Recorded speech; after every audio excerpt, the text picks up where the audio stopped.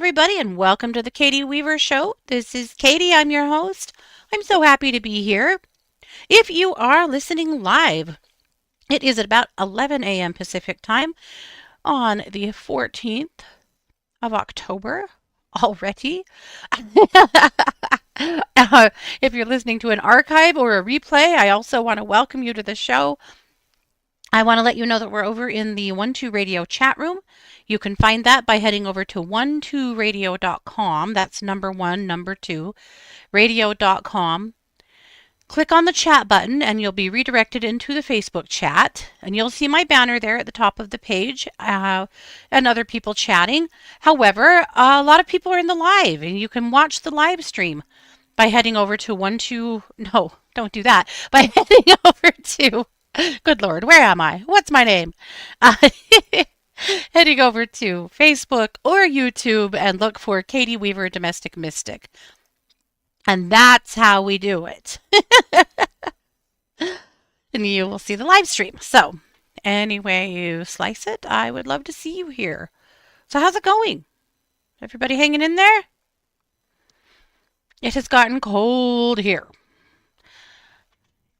And I think we're pretty much, that's where it's at. I mean, it's still fall. We're still enjoying fall. There's been some snow, but not down in the valleys where I live. But up in the mountains, they've had a fair amount of snow already.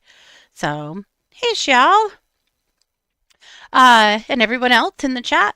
Yeah, so I had our big witches market on Sunday. And it hovered somewhere between 46 and 50 the whole day. It was pretty chilly. And a chilly wind. But I had a nice little outdoor space heater thing that we kept going and kept warm with, and, gloves and hats and things. So it was okay. It rained a little bit of the day, but not the whole day. It hailed a little bit, but that was when we were loading up to go home.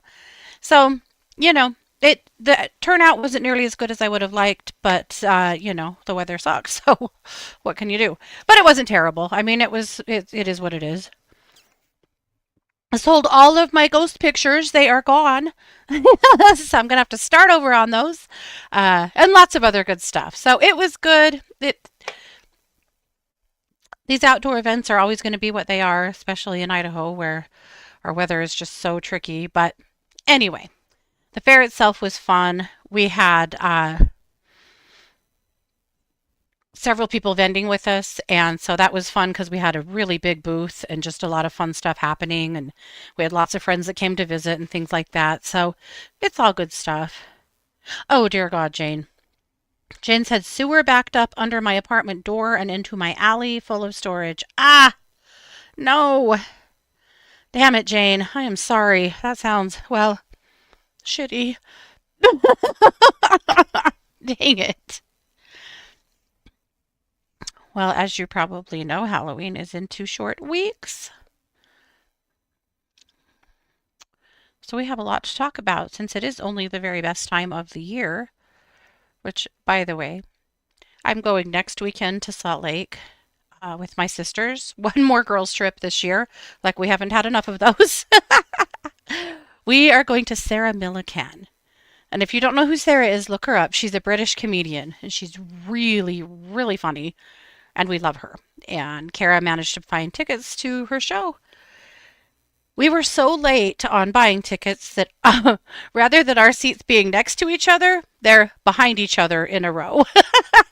So we're all going to be sitting by strangers, but I'm super excited. I love her. So anyway, that'll be a good way to wrap up the tour of girls' trips we've been on this summer.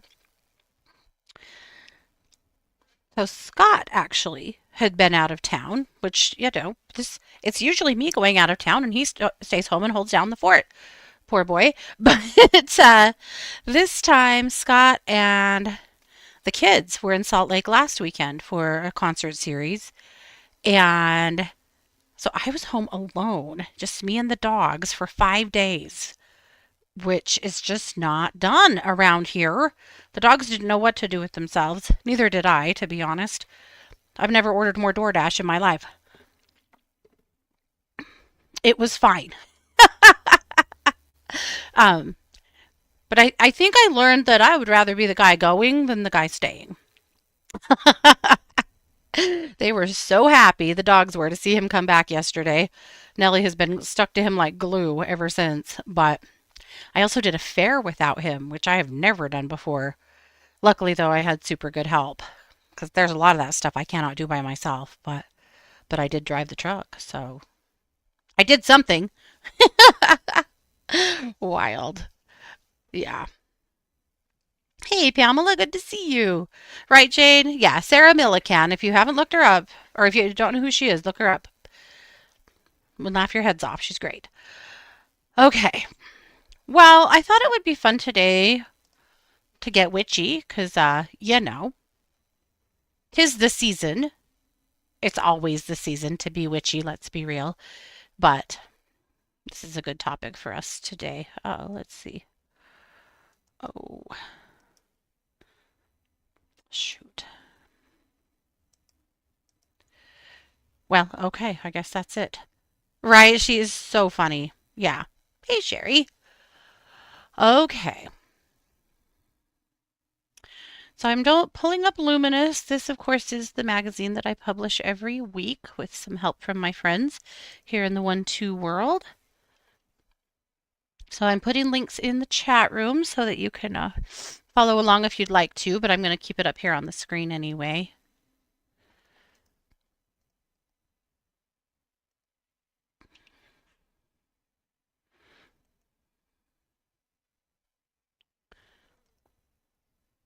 Okay. So I called the edition this week the Which is Which edition. little throwback for you from wow. I think it was Glinda the Good Witch who said that, wasn't it? Okay. Well, I was thinking about the many faces of the witch. There's been tradition and evolution around what we would consider a quote unquote witch or witchcraft uh, since time immemorial. There have always been who someone would consider a witch, a healer, oracle, midwives, shapeshifters, dreamers. There have been many over the years that would have been considered a quote unquote witch. Perhaps they're just a non traditional kind of person. Maybe in another incarnation you would call them something else entirely. But we know that, and particularly women who are different from the majority, have been considered a witch. I have an ex brother in law that, as an insult, I'm going to shut my office door.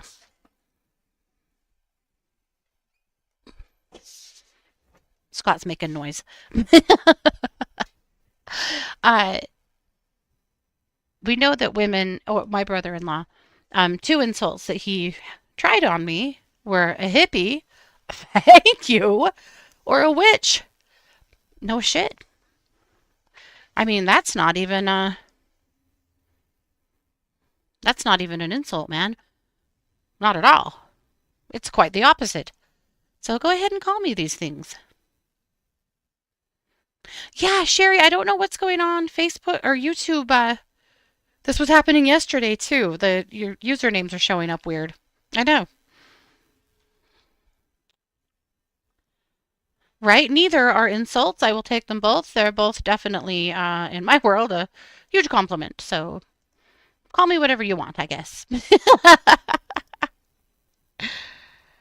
Okay, well, let's talk about it because for every culture has had their healers of some sort, and mostly they were healers considered to be witches.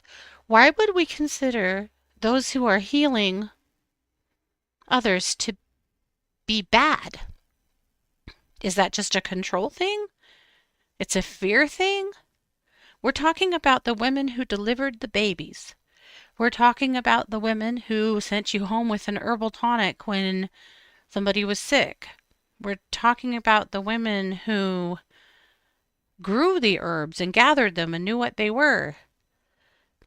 And yet somehow over the ages, these are the women who were slapped with labels that were dangerous.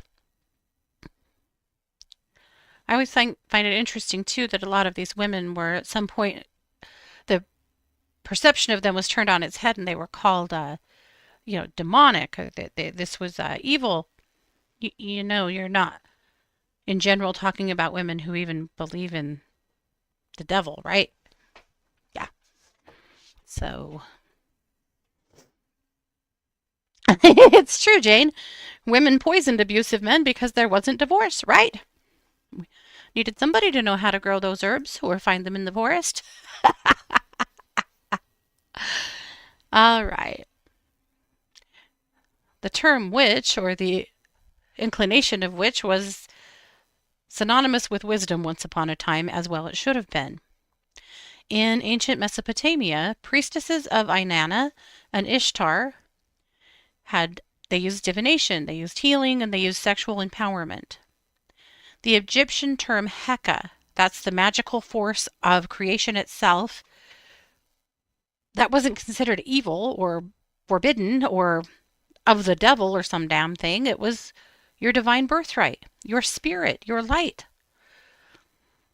In Celtic lands, druids and wise women gathered herbs, read omens, and guided community rituals.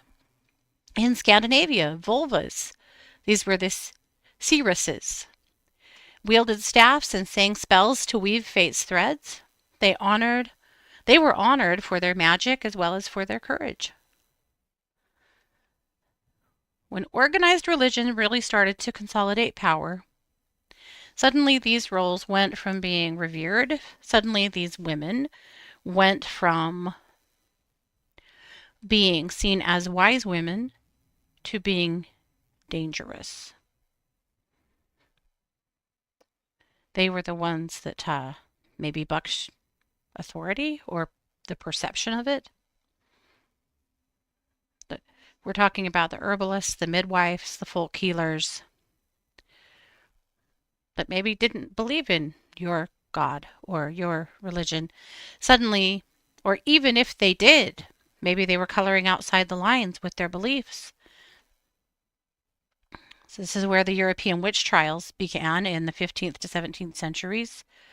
And of course, this wasn't about flying brooms. This was just about silencing women and silencing their knowledge.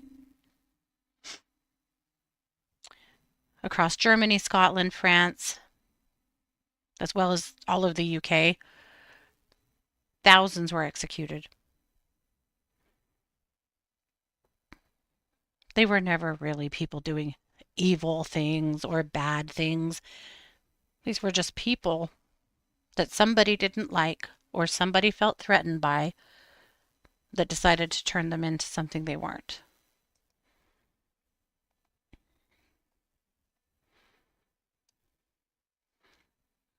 Even though that was the case, witchcraft in some form has survived. Whether people called it witchcraft or not, they probably didn't. Because what is witchcraft? What is witchcraft? We're going to kind of talk about that today because that has very different connotations for different people. In Italy, the Stregheria witches cloaked their rituals beneath Catholic imagery. If you can't beat 'em, join 'em kind of a belief. Calling on saints who bore uncanny resemblance to the old gods. In Eastern Europe, charms invoking Mary often mirrored older spells to Brigitte or Freya. And we started seeing the mixing and blending of the old ways and the new ways. Across the Atlantic, enslaved Africans preserved their spiritual technologies through subtle, ingenious fusion. We're talking about call and response of voodoo, the herbalism of hoodoo, and the Orisha devotion of the Santiera. These were all practices that they managed to preserve through music, ritual, and everyday acts of resistance, just in very quiet ways. Because, of course, the slaves in the United States were being preached the Bible while they were beat with a switch or whatever. They were being told that Christianity was the way while they were being held as slaves. In Appalachia, there's a lot of folk magic from Appalachia. And in the Appalachian Mountains, the old granny witches practiced Bible magic. So they invoked scripture along with folk charms, blending it together. And then we have Wicca and the witchcraft renaissance. At some point, it went from being scary to being labeled as a witch to maybe being a badge of honor, being something that people wanted to be. Women, particularly, wanted to be when they felt safe enough.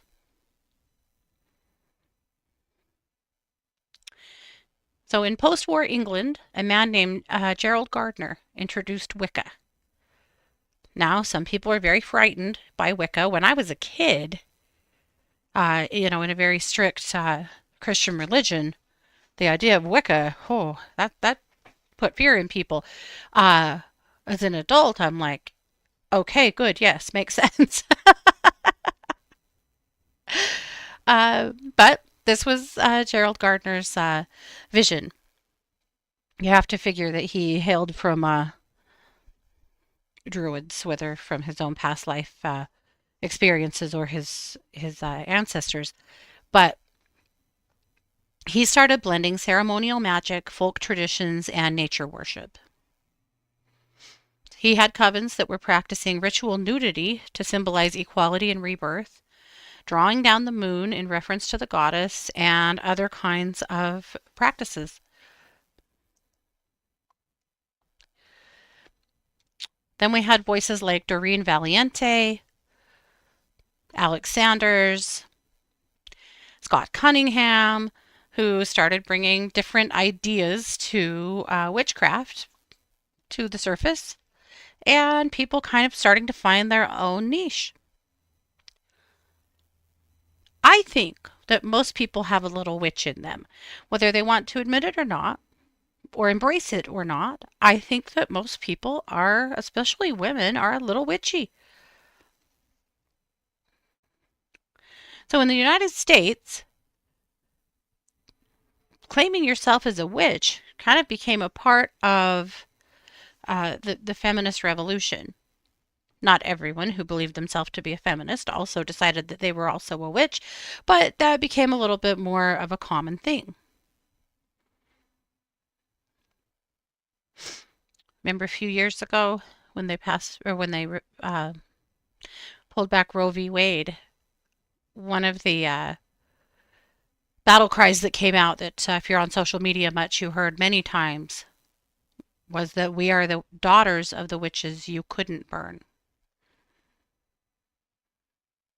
Starhawk, her book, The Spiral Dance, she really reimagined magic as an ecofeminism activity, really merging social justice with spirituality and environmental healing, and really helping a lot of women, I think, feel more comfortable in their bodies and feel more comfortable with a purpose that they knew they needed and maybe didn't know what it was.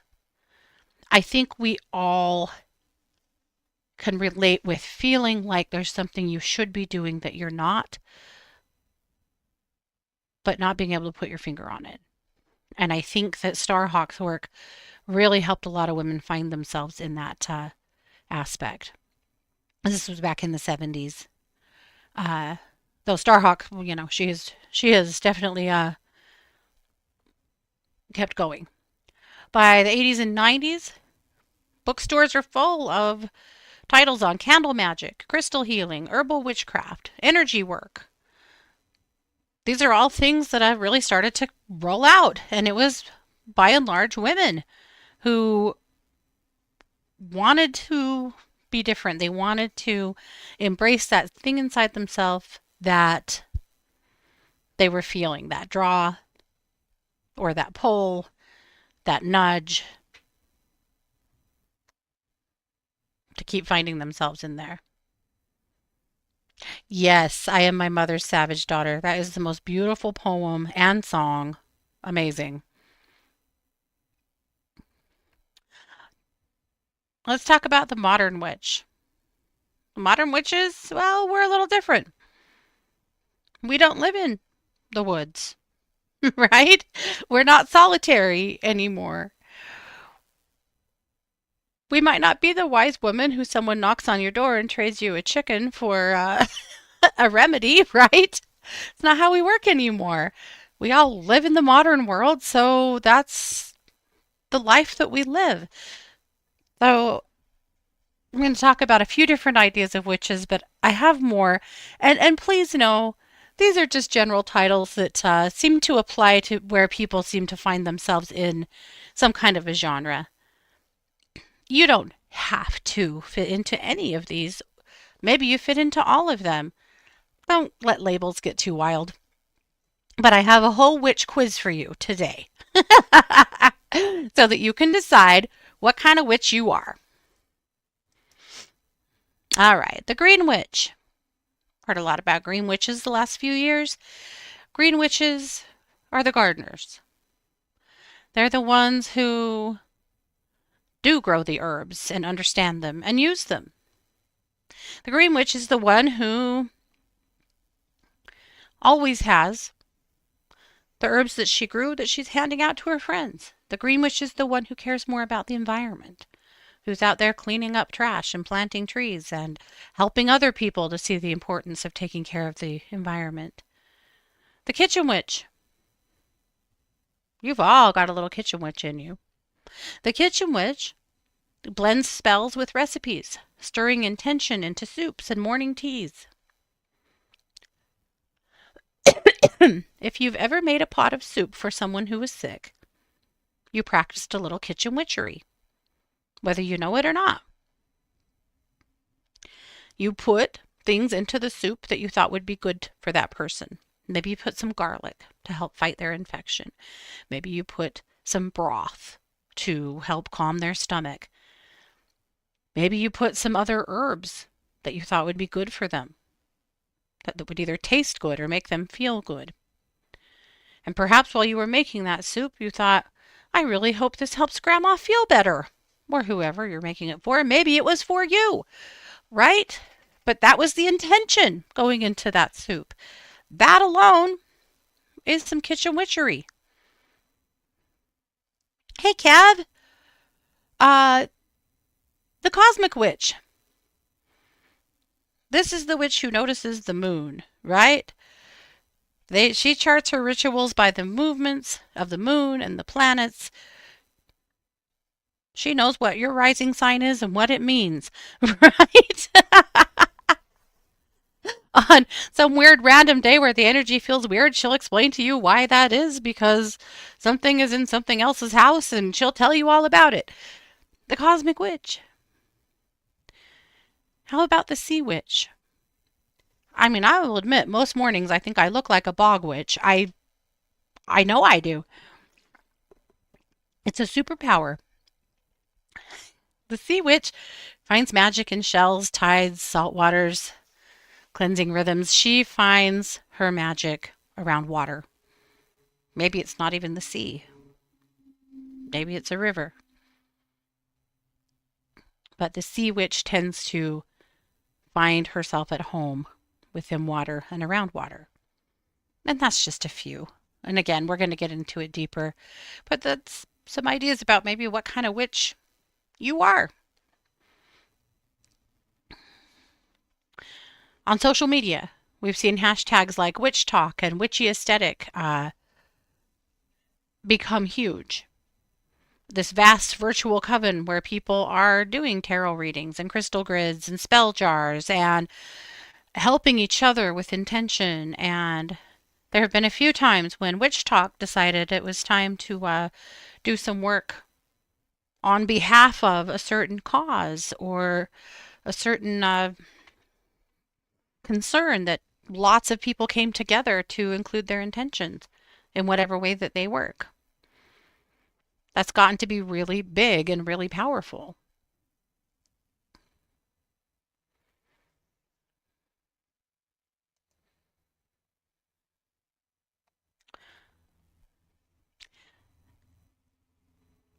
Witchcraft is just a part of us. It's a living organism. If you want to call it that, maybe you don't. Maybe you just want to call it spirit or light or whatever you choose. Some people are still very afraid of that term, or I think confused by that term because they were raised in a tradition that witchcraft was bad or evil. Uh, but mostly, uh, I think people just don't understand maybe what that means. A witch has many tools. That tool could be salt or a candle or just a prayer. A witch is creative. A witch has a lot of intention that she holds. I think most witches make things happen in their worlds much more than they realize just by what they're intending, what they're thinking about, what they want.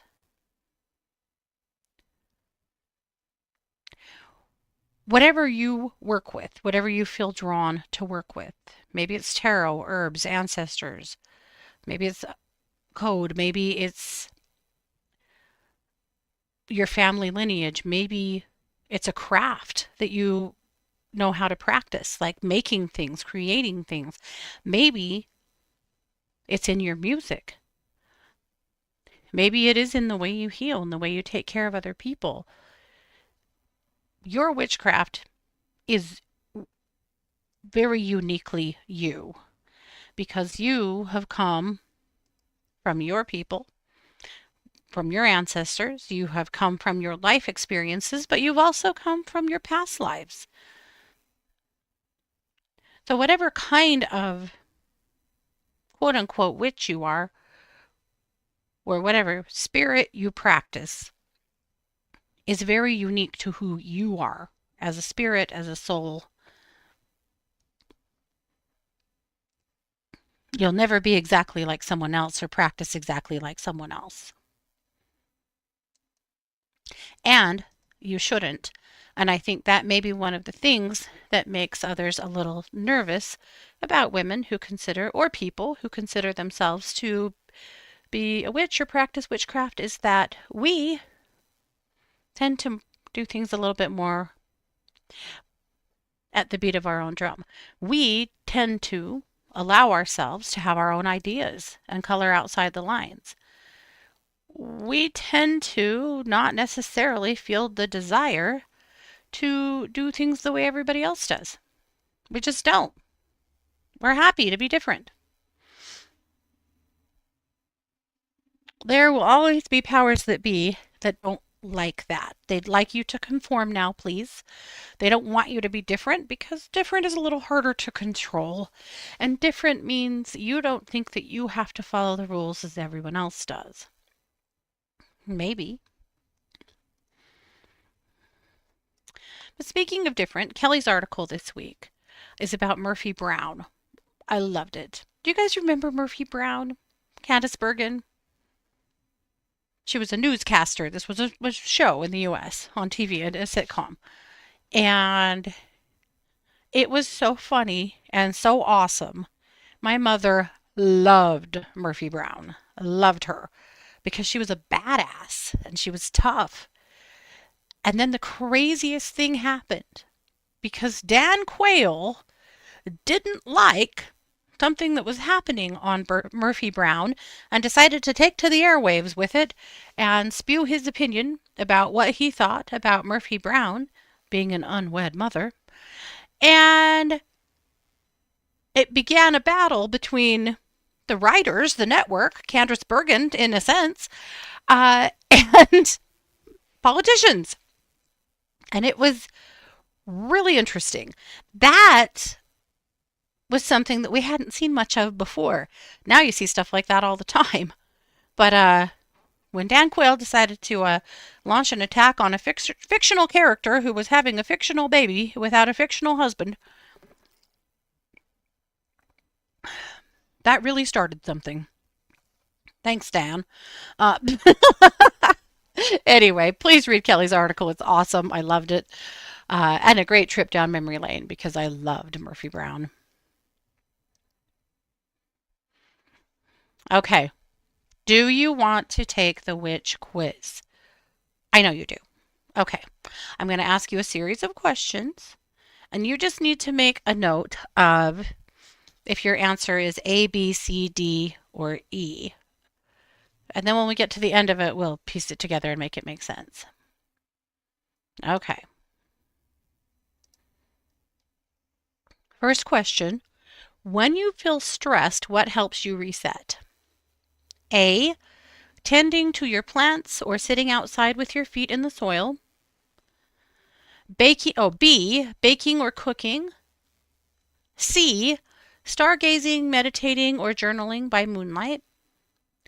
D. Lighting incense, pulling cards, or sitting quietly with your ancestors. Or E. Taking a long bath, walking near water, or listening to ocean sounds. Number 2. What kind of space feels most magical to you? A. A cozy greenhouse or herb garden filled with earthy scents. B. A warm kitchen with candles, tea, and something simmering on the stove. C. A desk with crystals, tarot cards, and an open astrology chart. D. A softly lit altar with feathers, bones, and a candle flame that seems to listen.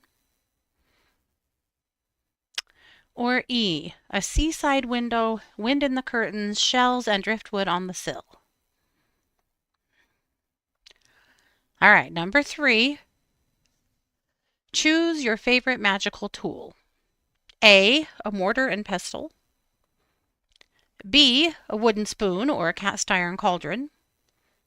C. A pendulum or moon calendar. D. A bundle of herbs or your dream journal. Or E. A vial of seawater or a smooth piece of shell. Okay, question number 4. What kind of spell work calls to you most? A. Growing herbs for healing and abundance. B. Infusing meals with intention and love. C. Aligning with your rituals with moon cycles and planetary energy. D. Journeying between realms, seeking messages from guides or spirits.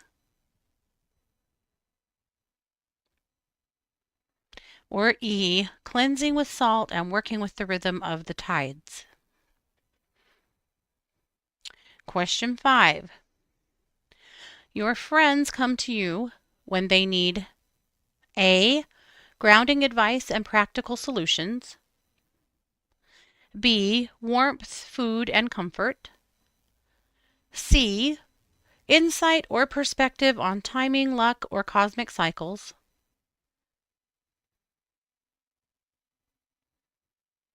D. Deep listening and intuitive truth. Or E. Emotional healing and reassurance. Okay, question number 6. How do you recharge your magic? And yes, you all have magic. How do you recharge it? A. Harmony with nature. B. Nurturing others through love and care. C. Understanding the patterns of the universe. D. Knowing what lies beyond the veil. Or E. Flowing with emotion instead of fighting it. And number 7. What does power mean to you? A. Digging in the dirt, planting, or walking barefoot outdoors. B. Lighting a candle and making something delicious from scratch. C. Spending time under the stars or watching the moon rise. D. Meditating, scrying, or tending to your altar. Or E. Letting the waves, literal or emotional, wash it all away.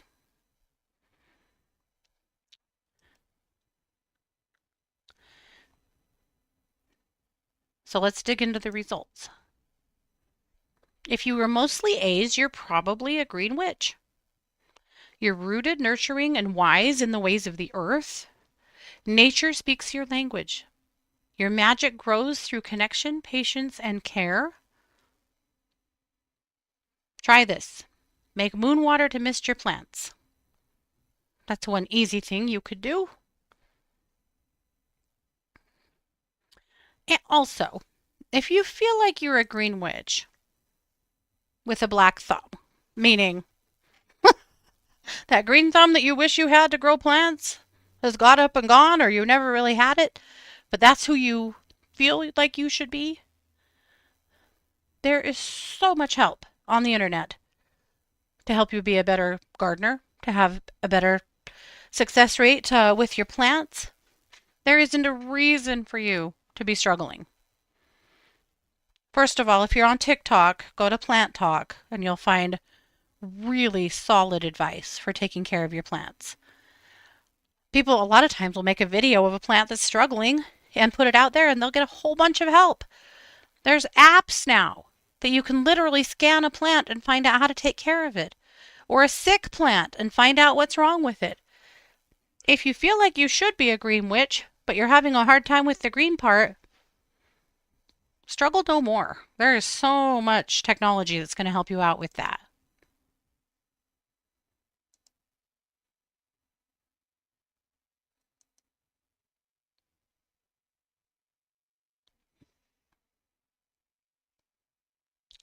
All right, if you're mostly bees, you're probably a kitchen witch. Home is your sacred circle, and food is your spell work. You transform ordinary acts into devotion and warmth. An action for you would be to stir intention into every meal. Love, peace, or abundance, and taste your magic at work. Being very intentional about the way you cook is witchcraft, or it could be. Being intentional about what you are giving to someone, like the analogy I already used about making a pot of soup. But what about any old day? What if you're just making your coffee for the morning or your tea? What if you're just frying an egg and a piece of toast for your breakfast? What if, even in those small acts, you were holding space for a certain intention? Magic. All right, what if you were mostly C's? You're a cosmic witch. You move with the moon and speak fluent starlight. The cosmos guides your timing, intuition, and vision. So try this. Track your emotions for one full moon cycle to see your own celestial rhythm unfold. Most people who have a connection to the cosmos will recognize what their pattern is as far as the moon phases are concerned. Are you sleepless during the full moon and super energized? And then an exhausted emotional wreck during the new moon? Do you actually thrive during both, even when other people don't? Do you do okay during those times, but maybe halfway through a moon cycle, that's when you really start to crash? There's no right or wrong answer. It's just an interesting exercise to track yourself and see how you do with those things. For many, many, many years, I was sleepless during the full moon. And I'm a Cancer baby, so, we're pretty reactive to the moon anyway, but sleepless during the full moon for years. And my whole household was kind of like that. And then, out of the blue, I kind of made a transition from that to sleeping beautifully during the full moon and being sleepless during the new moon. And that still tends to be my way. Why did I change? I don't know. But but here we are.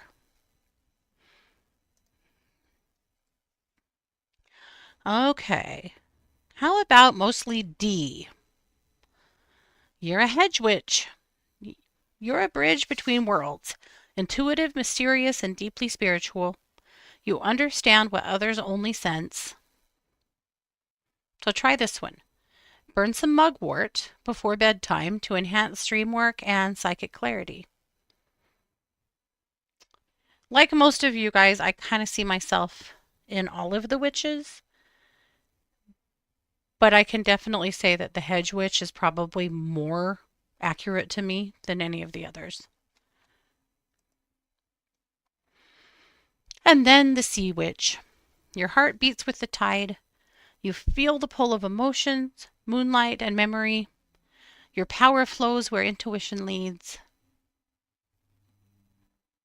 So try this. Gather shells or stones from the water's edge and use them to anchor emotional balance. I always think it's interesting because being someone who's, always lived where we were landlocked, in traveling and seeing the way people who live around water bring so much of it into their houses, right? Shells and driftwood and sea glass and, sometimes even like netting as decor and all of this, like maritime kind of, well, decor, but also, just bringing those things in because they feel important to you or powerful to you. I always find it really fascinating because it's just not the way it is here. At any rate, just an idea of what kind of witch you might be or where you lean towards, and some ideas of things you could do to honor that. No one is just one kind of witch. You'll find a bit of green witch's calm in the sea witch's flow, or the hedge witch's intuition in the kitchen witch's hearth. It's not about labels, but it is a fun practice to think about what kind of witch you might be, and again, how to practice that. What do you want to do with it, if anything?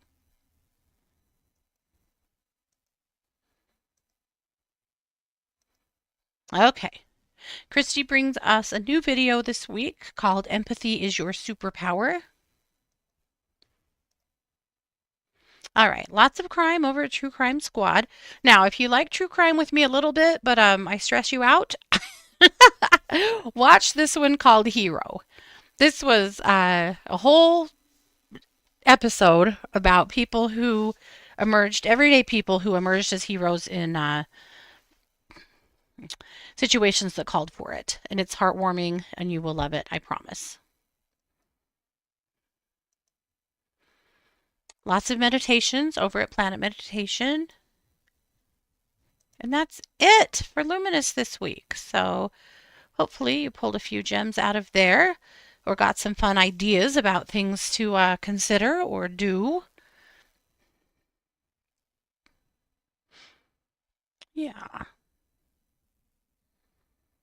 Right, if I lived by the water, I would probably say Sea Witch first. Right, I think just living by the water may just be a part of that. I don't know. You know, the ocean scares the crap out of me. And I mean, it should, right? Because the power of water is pretty terrifying. But I find the ocean to be frightening. And again, landlocked. I've only been to the ocean a handful of times. But like going out on boats on the ocean, which I have done a couple of times, oh, scary as hell. And the vastness of the ocean is staggering to me.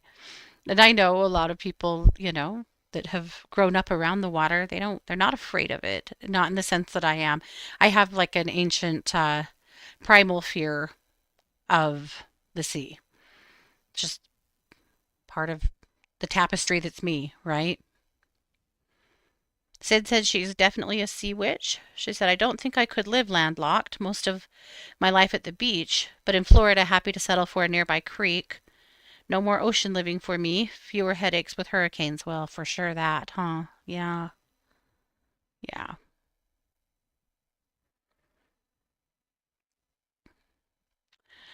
Let's see. Oh, Jane said, if you could see the amount of sea glass, shells, and stones I've got. See? I knew it. I knew it. Hedge witch, and then sea witch. Is that, Tara, is that you? I feel like everybody's usernames aren't coming out right, and I kind of feel like that's Tara, but I'm not sure. Right, the past life drownings don't help that fear Right. Yeah, for sure.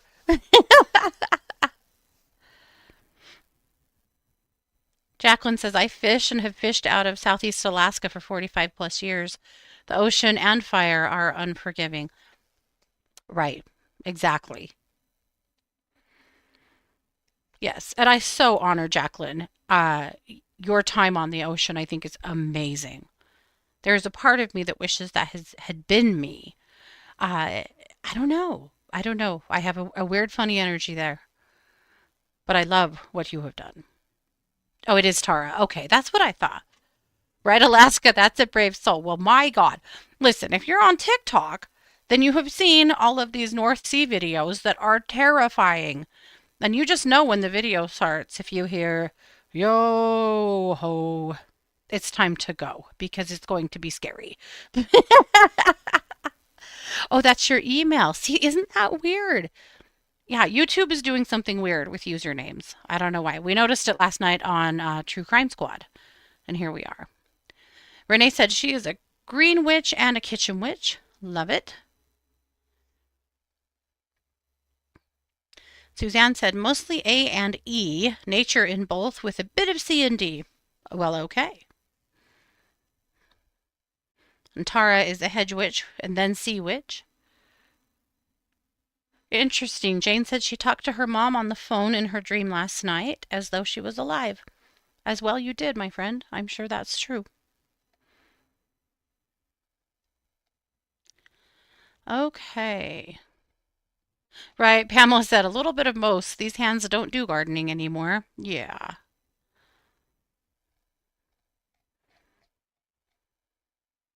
Thank you, Jacqueline. Yeah. Right, the music is just as daunting. I know it's scary. It's just scary. Well, I just thought this would be a fun topic because there's just so much to think about in the tapestry of yourself. I just find it very fascinating the things that we may be drawn to or repelled by that maybe don't seem to have any direct correlation to the life that we've lived. Things that, when you hear somebody say that they are deeply drawn to ancient Greece, who have never been to Greece, whose family is all from the UK, who, have no direct or connection to ancient Greece, and yet they're extremely drawn to it, have studied it to time immemorial. Their dream trip would be to go to Greece. These are the things that I find very fascinating about us as human beings. The things that we're drawn to for maybe no reason at all. Or how about people who are extremely good at something without the adequate training to be that good, right? Little kids that pick up a violin and they're suddenly a maestro, or people who are exceptionally good at math or solving problems that haven't been really trained. I mean, I could throw out a million examples here, and I won't, but just thinking about all of those pieces of yourself, from ancestral connections to past life connections to probably things that we don't even know and understand that become you, and letting yourself be you, because we live in a society that is always trying to find the box for you and shove you in it. Resist. You don't have to get in any box.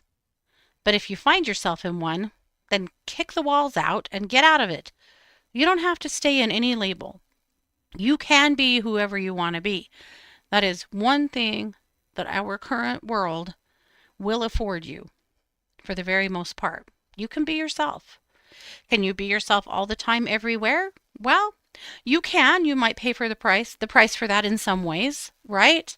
I mean, if you want to, like for example, have blue hair, there might be some employers that don't want to hire you. Okay, that's fine. You'd have to work elsewhere, right? There are limits in our society to what you can do and who you can be in some ways. However, you do have the freedom to dictate who you want to be for the very most part. I think we're extremely lucky that way.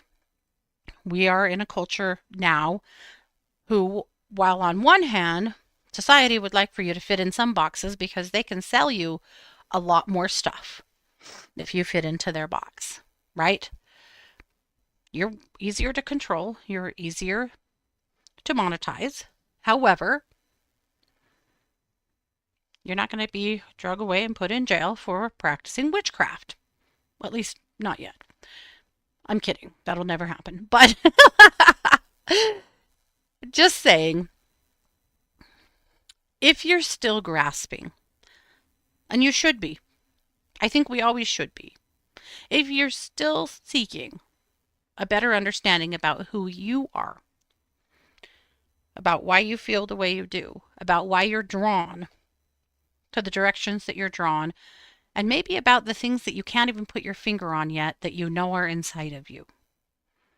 That disquieting feeling of there's something I should be doing that I'm not, or there's something that I want to be that I'm currently not, or whatever that is, or there's some kind of a wisdom or knowledge in me that is trying to emerge that hasn't had the chance yet.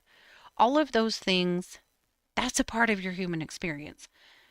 Our entire life, at least to some degree, is figuring out who you are. You'll never know for sure. You'll never know all of it, and you shouldn't, right? We have to be lifelong learners. We have to be continuing to ask questions. Be comfortable enough to ask questions. Be brave enough to change our minds and change our opinion with new information or with a new feeling. And that's okay. But I like this conversation because I feel like it continues to crack open more questions and also give us more understanding of who perhaps we are, who we were, who our spirit really is. That's all. I want to remind you that I am a professional psychic advisor over at 12listen.com. I'm over there every single day on the lines as well as in the chat.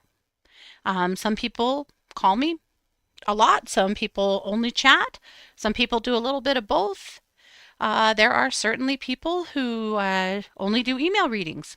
I don't care. You can connect me to any of those ways, and I would love to connect with you. So I can help you with psychic readings, with energy work. I do a lot of energy work at 12listen. I can certainly help you with animal communication, with mediumship. Sometimes you just need some encouragement or you need somebody to bounce some things off of. Sometimes you've got grief that's kicking your ass up one side and down the other, and you need some help with that. Whatever it is, I'll do everything I can to help you. As most of you know, I've been in this industry for a long time now, a couple decades, and I love what I do. This is my life's work. It's not just a paycheck. This is my calling. It's what I'm here for, and I love it. I find myself every day to be extremely privileged to be able to do what I do. So if I can help you, please let me know. Otherwise, I will be back here next week, same place, same time, getting a little bit closer to the greatest day ever, Halloween. And we'll keep doing this together. Thanks you guys so much for being here. This has been yet another production of the Katie Weaver Show here on 12 Radio, where we're changing the way you listen to the world.